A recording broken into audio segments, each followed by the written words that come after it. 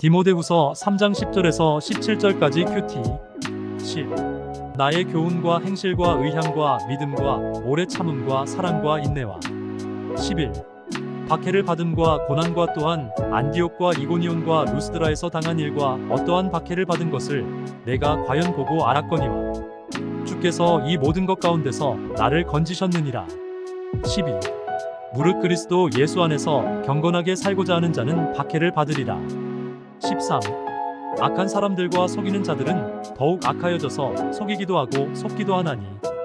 14. 그러나 너는 배우고 확신한 일에 거하라.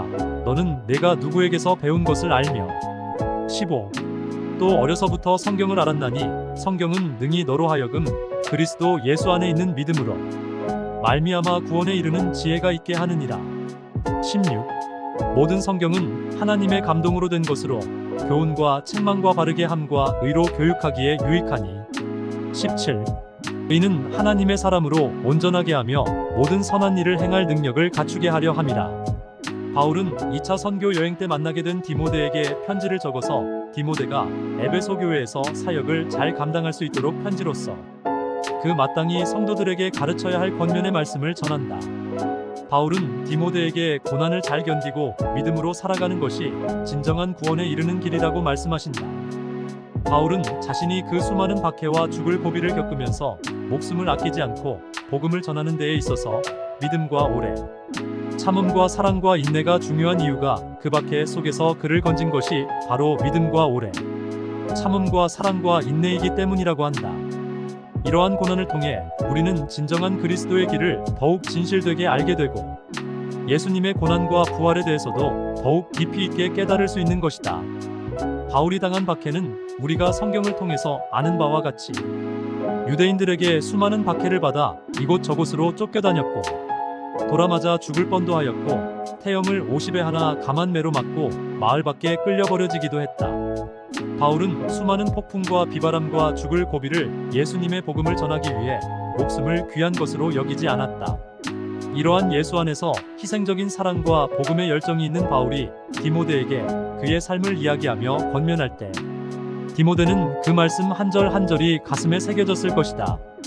우리도 우리가 만나 하나님, 예수님을 삶으로 자녀들에게 이야기해야 그들이 깨닫게 될 것이다. 입으로 10마디를 하는 것보다 예수님을 위해 산 삶으로 몸으로 예수님을 이야기하자. 그들이 귀가 아닌 가슴으로 예수님을 사랑하게 될 것이다. 참 아이러니하게도 예수님을 만나려면 고난이 꼭 우리에게 찾아온다는 사실이다. 무릇 그리스도 예수 안에서 경건하게 살고자 하는 자는 박해를 받으리라고 12절에 말씀하신다.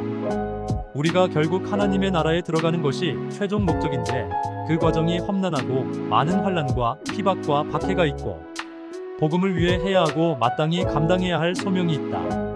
그러므로 고난이 없어지길 바라기보다는 어떠한 환경과 상황과 어려움 속에서도 나를 건져주실 주님을 믿어야 할 것이고 약속하신 말씀을 끝까지 신뢰하며 믿고 확신하고 앞으로 전진해야 함을 깨닫는다.